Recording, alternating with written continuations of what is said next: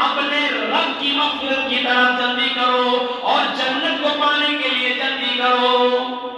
غزوہ تبوک کا موقع ہے۔ پہلے تو تھوڑا سا سمجھا دوں آپ کو کہ غزوہ تبوک کب ہوا۔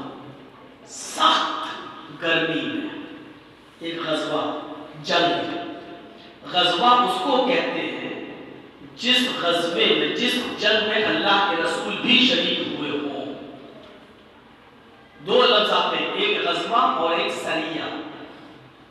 سریہ بھی جنگ ہوتی ہے اور غزوہ بھی جنگ ہوتا ہے۔ جنگ، غزوہ اسے کہتے ہیں جس میں صحابہ بھی ہوں اور نبی بھی ہوں، اس کو کہتے ہیں غزوہ۔ اور سریہ اسے کہتے ہیں جس میں صحابہ نے جنگ لڑی ہو، اللہ کے نبی نے ان کو لڑنے کے لیے بھیج دیا ہو لیکن خود نہ گئے ہو، آپ اس میں شریک نہ ہوئے ہو، اس کو سریہ کہتے ہیں۔ تو غزوہ یعنی اللہ کے رسول بھی اس غزوے میں شریک ہوئے تھے۔ نام کیا ہے اس غزوے کا؟ غزوہ تبوک۔ تقریباً 1200 کلومیٹر کی دوری پر، مدینے سے 1200 کلومیٹر کی دوری پر غزوہ۔ وہاں جانا ہے اور لڑنا ہے، کل ہی نکلنا ہے۔ گھوڑے گئے، ہوائی جہاز کا سفر نہیں ہے، ٹرینیں نہیں ہیں، بس بھی نہیں ہے۔ مولانا جرجی صاحب کی طرح 4 ویلر پر سفر کرنے کی، جنگی پور سے یا فرقہ سے یہاں تک آنے کے لیے بھی 4 ویلر جاتی ہے، وہ بھی دور نہیں ہے۔ تیز اسپیڈ پر چلنے والی بائک بھی نہیں ہے۔ 1200 کلومیٹر کا سفر اسی گھوڑوں پر کرنا ہے، کچر پر کرنا ہے، گدھوں پر کرنا ہے، اونٹ پر کرنا ہے۔ اور راستہ اتنا ڈیمیج کہ آج کل کی طرح روڈ بھی بنا ہوا نہیں ہے، اور جگہ جگہ پر مرکریاں اور لائٹ بھی لگی ہوئی نہیں ہے، خطرناک جنگلوں سے بھی گزرنا پڑے گا۔ اب آپ اندازہ لگا سکتے ہیں کتنا خطرناک یہ غزوہ تھا، اور اتنی گرمی میں ہوا تھا کہ زمین پر ننگے پیر، بنا چپل، وداؤٹ شوز، بنا چپل اور بنا جوتے کے اگر آپ 2 منٹ کے لیے کھڑے ہو جائیں تو پیروں میں پھلک پڑ جائیں، پیروں میں چھالے پڑ جائیں۔ اتنی سخت گرمی میں یہ غزوہ ہوا ہے۔ اور سب سے بڑی بات، کھجوروں کے درخت پک کر تیار ہو چکے ہیں، کھجور لگ چکے ہیں، فصل کل یا پرسوں کٹنے والی ہے۔ مدینے کے صحابہ کا بزنس وہی ہے، کھجور کے باغات ہیں ان کے، کئی مہینے انتظار کیا، کھجور پک کر تیار ہیں، کل کھجوروں کو کاٹنا ہے، اور اللہ کے نبی کہہ رہے ہیں کہ آپ غزوے میں نکلو، جنگ میں نکلو، باغوں کو چھوڑ دو۔ اب سمجھ میں آئے گا اسلام کیا ہے۔ اب سمجھنے کی کوشش کرو نیکی کا کام کیا ہے۔ یہ تو بہت آسان ہے، مولانا صاحب جلسہ اور چندہ کرنا، ہاں ٹھیک ہے لکھ لو، ادھار کر دیتے ہیں، اور پھر ادھار والا پیسہ آدھا ملتا ہے، آدھا رہ جاتا ہے۔ لوگ رمضان کے مہینے میں دھان کیا کیا لکھواتے ہیں مدرسوں میں دینے کے لیے، اور بعد میں پتا چلا کہ آدھوں نے دیا اور آدھے نہیں دے رہے۔ پتا چلا کہ انہوں نے جلسے میں لکھوا تو دیا صرف شہرت کے لیے کہ لوگ کہیں اس نے بھی دیا، اور بعد میں وہ دیتے بھی۔ کل کھجور کٹنے والے ہیں، کھجوروں کی فصل تیار، انہی کھجوروں کو بیچنے کے بعد ان صحابہ کرام کے پورے سال کی معیشت، پورے سال کا گزر بسر انہی کھجوروں کی آمدنی پر ہے۔ جیسے آپ کے یہاں دھان وغیرہ پیدا ہوتا ہے، پورے سال کی معیشت آپ کی اسی کھیتی باڑی کے اوپر ہوتی ہے، ایسی ان صحابہ کرام کی معیشت، پورے سال کا خرچہ اسی کھجور پر ٹکا ہوا ہے۔ لیکن حکم دیا آپ کو کل نکلنا ہے، جنگ میں جانا ہے، سارے صحابہ نے اپنے کھجوروں کے باغات چھوڑ دیے۔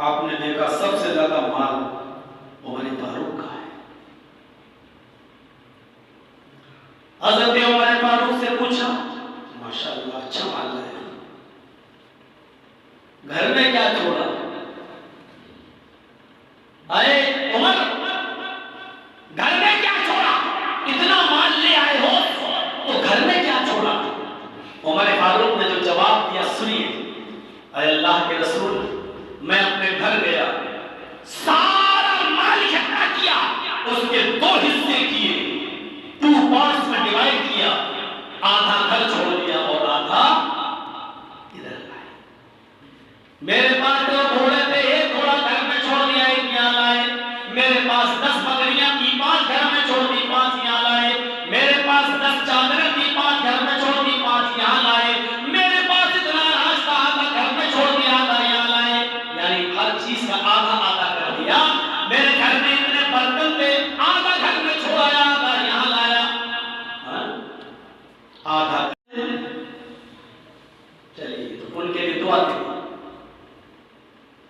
حضرت ابو بکر صدیق کے اوپر نظر پڑی، کہا کیا لائے ہو؟ کہا بہت کم مال تھا، یہ لائے ہو؟ ٹھیک کوئی بات نہیں، اپنی طاقت کے مطابق لائے ہو. جی آئے ابو بکر پھر گھر میں کیا چھوڑا؟ سوچ رہے تھے کہ آئے تو گھر میں بھی کچھ چھوڑا ہوگا، بہت تھوڑا سا مال ہے. لیکن ابو بکر کے جواب میں عمر فاروق کو شک تھا. ابو بکر یہ لائے ہو، گھر میں بھی تو کچھ چھوڑا ہے؟ ہاں چھوڑا ہے. کیا چھوڑ کے آئے ہو؟ جواب دیا ترکو فی بیتی سم اللہ. یا رسول اللہ، اے اللہ کے نبی، اپنے گھر میں صرف میں نے اللہ کا نام چھوڑا ہے. اترکو فی بیتی اسم اللہ. اے اللہ کے نبی، ہم نے اپنے گھر میں صرف اللہ کا نام چھوڑا ہے، اللہ اور اس کے رسول کی محبت کو چھوڑ کے آیا ہوں. یعنی میرے گھر میں جتنا بھی مال تھا میں سارا کا سارا اٹھا لایا. یہ میرے گھر کا سارا مال ہے، یہ میرے گھر کی ساری اساس سے ساری بنیاد ہے، سارا مال یہی ہے میرے گھر کا. میں نے اپنے گھر میں کچھ نہیں چھوڑا. اے اللہ کے رسول، صرف میں نے جو چھوڑا ہے وہ اللہ کا نام، اللہ اور اس کے رسول کی محبت کو میں گھر میں چھوڑ کے آیا ہوں. حضرت عمر فاروق نے جب یہ سنا تو کیا سوچنے لگی، میں تو آدھا گھر میں چھوڑا، اپنا آدھا مال لایا. اگرچہ آدھا مال بھی ابو بکر کے مال سے زیادہ ہے، لیکن آدھا تو گھر میں چھوڑا ہے میں نے. میں تو اپنی ملکیت کا آدھا لایا، لیکن ابو بکر تو اپنی پوری ملکیت اٹھا لائے. اگرچہ وہ کم ہے لیکن پوری ملکیت. چیخ پڑے، اے اللہ، میں غلط تھا، اعتراف کرتا ہوں کہ میں ابو بکر سے کبھی نیکیوں میں آگے نہیں بڑھ سکتا. میں ابو بکر سے کبھی نیکیوں میں آگے نہیں بڑھ سکتا. ابو بکر صدیق نے کہا کیا؟ کہا میں چاہتا تھا کہ آج اتنا مال دے دوں کہ آج میں نیکیوں میں آپ سے آگے بڑھ جاؤں، لیکن آپ اپنے گھر کا پورا مال اٹھا کر آپ نے ثابت کر دیا کہ محمد رسول اللہ کا سچا جانشین کوئی ہے تو وہ صرف ابو بکر صدیق ہے. آپ سے نیکیوں میں ہم آگے کبھی نہیں بڑھ سکتے. ایک دن عمر فاروق بیٹھ گئے، اے ابو بکر، ایک سودا کرو گے، ایک بزنس کرو گے؟ آؤ ایک چیز کا سودا کرتے ہیں. کون کہہ رہا ہے؟ عمر فاروق. کس سے کہہ رہے ہیں؟ ابو بکر سے. ابو بکر ہنستے ہیں، کیسی سودے بازی، کیسا بزنس؟ کہا اے ابو بکر، میری پوری زندگی کی نیکیاں آپ لے لو، میری پوری زندگی کی نیکیاں آپ لے لو، اور اپنی ایک دن کی، پوری زندگی کی نہیں، ایک دن کی، اور ایک دن کی بھی پوری نہیں، بلکہ اس ایک دن کی جس دن آپ نبی کے ساتھ غار ثور میں تھے اور نبی اکرم لیٹے تھے، آپ کے پیر پر رات پر سر تھا اور آپ نے اپنے پیر سے اس غار کا انگوٹھے سے آپ نے سوراخ بل ڈھانپ دیا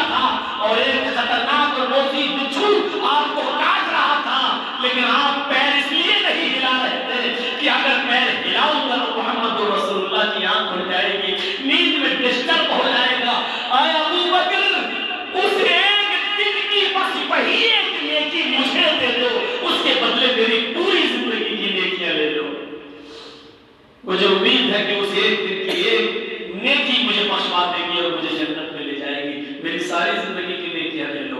ابو بکر صدیق نے ہنستے ہوئے کہا عمر تم نے قرآن نہیں پڑھا، لا تزر وازرۃ وزر اخرى، کوئی کسی کا بوجھ نہیں اٹھائے گا، ہر انسان کو اس کی نیکیاں ہی کام آئیں گی۔ ہم نے جو کیا وہ میرے ساتھ دیکھا جائے گا، آپ نے جو کیا وہ آپ کے ساتھ دیکھا جائے گا، نیکیوں کا سودا نہیں ہوتا ہے۔ ایسا ہونے لگے تب تو بات ہی کیا ہے، ہماری نیکیاں آپ نہیں لے سکتے اور آپ کی نیکیاں آپ نہیں لے سکتے۔ وَمَن يَعْمَلْ مِثْقَالَ ذَرَّةٍ خَيْرًا يَرَهُ وَمَن يَعْمَلْ مِثْقَالَ ذَرَّةٍ شَرًّا يَرَهُ، جو ذرہ برابر نیکی کرے گا قیامت کے دن وہ اس کو بھی دیکھ لے گا، اور جو ذرہ برابر برائی کرے گا وہ اس کو بھی دیکھ لے گا۔ ہر انسان ذرہ برابر نیکی جو انسان جتنا کرے گا وہ اس کو اپنے نام اعمال میں دیکھ لے گا، کوئی کسی کی نیکیاں نہیں لے سکتا۔ یہ سودے بازی جائز ہی نہیں ہے، کہا میں جانتا ہوں، لیکن اس بات کا اعتراف کرتا ہوں کہ اگر ایسا ہوتا تو وہ ایک دن کی نیکی میری نجات کا ذریعہ بن جاتی۔ حضرت عمر جن کو اللہ کے نبی نے کہا تم جنتی ہو پھر بھی کہہ رہے ہیں کہ وہ ایک دن کی نیکی میری نجات کا ذریعہ بن جاتا، کتنا ڈرتا۔ نبی کی زبان سے جس کو جنت میں جانے کا سرٹیفکیٹ ملا ہے پھر بھی سوچ رہے کہ نہیں وہ ایک دن کی نیکی میری نجات کا ذریعہ بن جاتی۔ ہم لوگ کیسے مطمئن ہیں کہ جنتی میں جائیں گے، کیسے سوچے بیٹھے ہیں کہ ہمیں جنتی ملے گی؟ کون سی چیز ایسی ہے جو آپ کو ہنستے ہنستے بستر پر سوتے ہوئے لے جاتی، سونے کے لیے لے جاتی ہے اور سوتے وقت بھی خیال نہیں آتا ہے، اندھیرے کا خیال نہیں آتا ہے، جب لائٹ بجھ جاتی ہے کمرے میں جب آپ سوتے ہو اس وقت قبر کا اندھیرا یاد نہیں آتا ہے، کیسے ہم بستر پہ آرام سے سو جاتے ہیں؟ میرے پیارے ساتھیوں کیسے ہم ہنس لیتے ہیں، کیسے ہنس لیتے ہیں۔ لو تعلمون ما علم زہدتم قلیلا ولبغیتم کثیرا، میں جہنم دیکھ کر آیا ہوں، مجھے اللہ نے جہنم دکھائی ہے، جہنم میں جو جو چیزیں میں دیکھ کر آیا ہوں وہ میں تمہیں نہیں بتا سکتا۔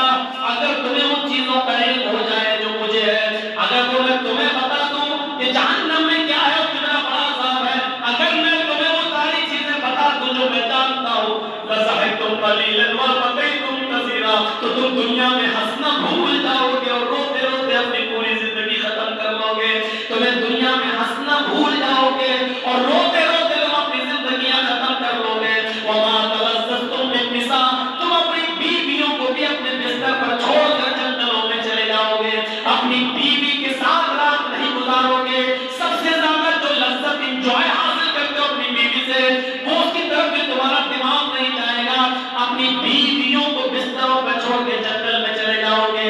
وَلَخَرَجْتُمْ إِلَى الصَّعْدَاءِ، جنگلوں میں چلے جاؤ گے، تَجْأَرُونَ إِلَى اللَّهِ، اور وہاں اللہ کی پناہ مانگنے پر مجبور ہو جاؤ گے۔ اگر میں تمہیں وہ باتیں بتا دوں جو میں جانتا ہوں تو تم دنیا میں رو رو کر اپنی زندگی ختم کر لو گے اور ہنسنا بھول جاؤ گے۔ سوچئے تو ہم کیسے ہنس دیتے ہیں، کیسے گوارا کر لیتے ہیں۔ بہت لمبا پروگرام نہیں، ایک واقعہ ہو، تھوڑا سا ٹائم دیجیے۔ غزوہ احد ہو رہی ہے، جنگ 70 صحابہ غزوہ احد میں شہید ہوئے تھے، سب سے زیادہ اسی جنگ میں صحابہ کرام شہید ہوئے۔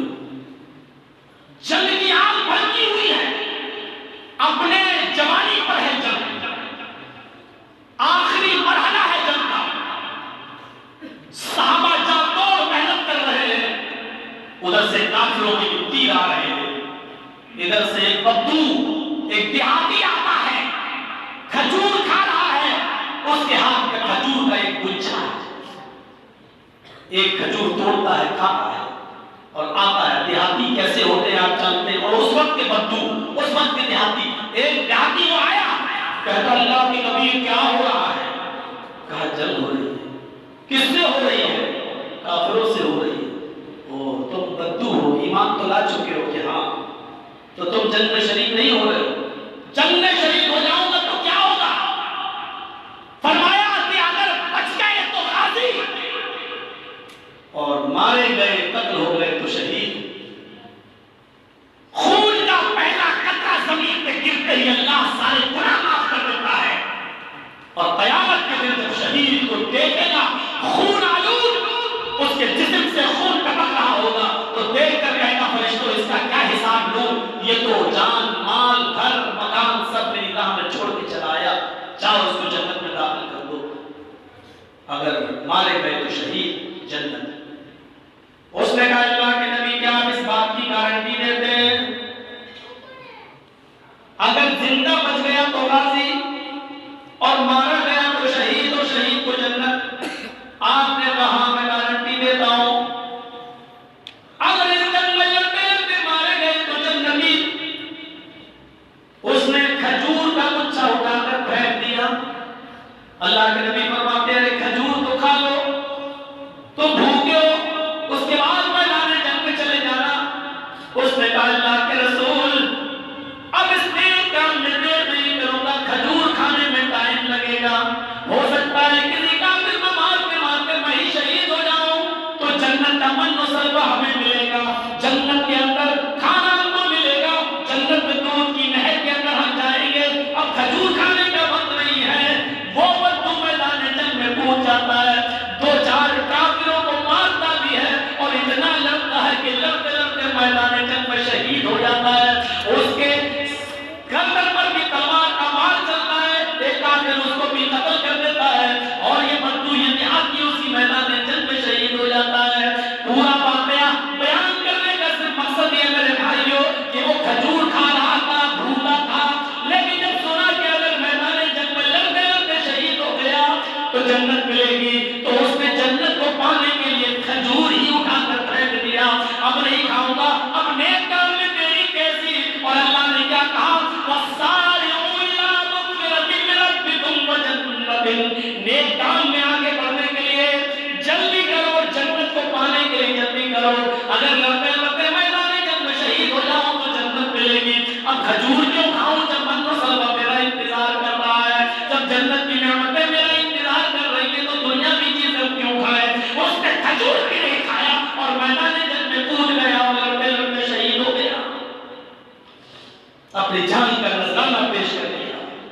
اس کو کہتے ہیں میرے بھائیوں نیک کاموں میں جلدی کرنا. ہم اور آپ نیک کاموں میں جلدی کر رہے ہیں. کتنا جلدی کر رہے ہیں؟ قاعدے سے تو یہ تقریر کل ہونی چاہیے تھی لیکن چلو آج ہی صحیح. میرے بھائیوں تصور کیجیے آپ نیک کام میں جلدی کرنے والوں کی مثال کیسے. حضرت ابو طہرہ انصاری ہیں. قرآن کی آیت نازل ہوتی ہے من الذی یقرض اللہ قرضا حسنا. کون ہے جو اللہ کو قرض حسنا دے؟ ابو طہرہ کہتے ہیں اگر میں اللہ کو قرض دوں گا صدقہ خیرات کروں گا تو کیا ملے گا؟ فرمایا میں ضمانت دیتا ہوں جو اللہ کو قرض حسنا دے گا اللہ اس کو جنت دے گا. وہیں سے اٹھتے ہو کہتے اللہ کے نبی میرے کھجور کے 2 باغ ہیں دونوں صدقہ. کھجور کے 2 باغ ہیں دونوں صدقہ. آپ نے کہا نہیں اس طرح تو تم پھر غریب ہو جاؤ گے لوگوں کے ٹکڑوں پہ پلنے لگو گے. دونوں باغ رکھ دو. اگر دونوں باغ تم اللہ کو قرض دے دو گے صدقہ کر دو گے تو تم کیا کماؤ گے تم کیا کھاؤ گے؟ تمہارے بھی تو بیوی بچے ہیں. ایک باغ دے دو اور ایک باغ اپنے پاس رکھ لو. کہا اللہ کے نبی کون سا باغ دو؟ فرمایا جو تم چاہو. فرمایا ایک باغ میرا خالی ہے اس میں کسی چیز کی پیداوار نہیں. دوسرے باغ میں کھجور لگے ہوئے ہیں 600 درخت ہیں 600 ٹریز. کھجوروں کے 600 درخت لگے ہوئے ہیں. کھجور پک کر تیار ہو چکی ہے. میں اسی کو اللہ کی راہ میں قرض حسنا دے رہا ہوں اس لیے کہ اللہ نے فرمایا لن تنالوا البر حتى تنفقوا مما تحبون. اس وقت تک تم نیکی کو نہیں پا سکتے جب تک کہ اللہ کی راہ میں وہ چیز خرچ نہ کرو جو تمہیں سب سے زیادہ پسند ہے. مجھے وہ باغ پسند ہے میں وہی اللہ کو دے رہا ہوں. قرض حسنا دے دیا. اپنے گھر کی طرف جاتے ہیں کہ بیوی کو بتا دوں کل سے اس باغ میں مت جانا اپنے بچوں کو لے کے. جیسی گھر پہنچتے پتا چلا کہ تالا لگا ہوا ہے. پڑوسیوں نے بتایا تمہاری بیوی بھوکی تھی بچے بھوکے تھے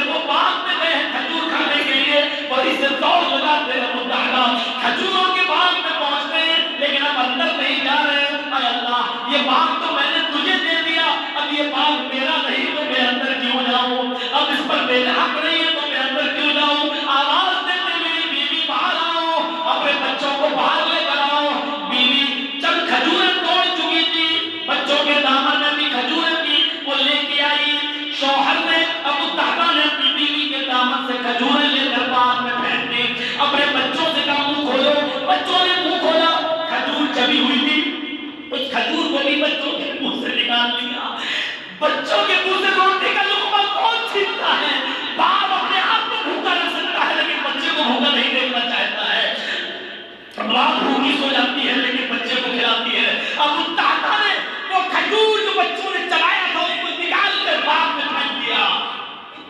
اے اللہ، جو کھجور میری بیوی کھا چکی ہے میں اس کا ذمہ دار نہیں، جو کھجور میرے بچے کھا چکے ہیں اس کا میں ذمہ دار نہیں. جو مجھے مل گیا اس کو میں نے میرے باغ میں ہی ڈال دیا، کیونکہ اب وہ باغ میرا نہیں ہے تیرا ہے. اے اللہ، میں نے اپنا وعدہ پورا کیا، تو اپنا وعدہ پورا کر.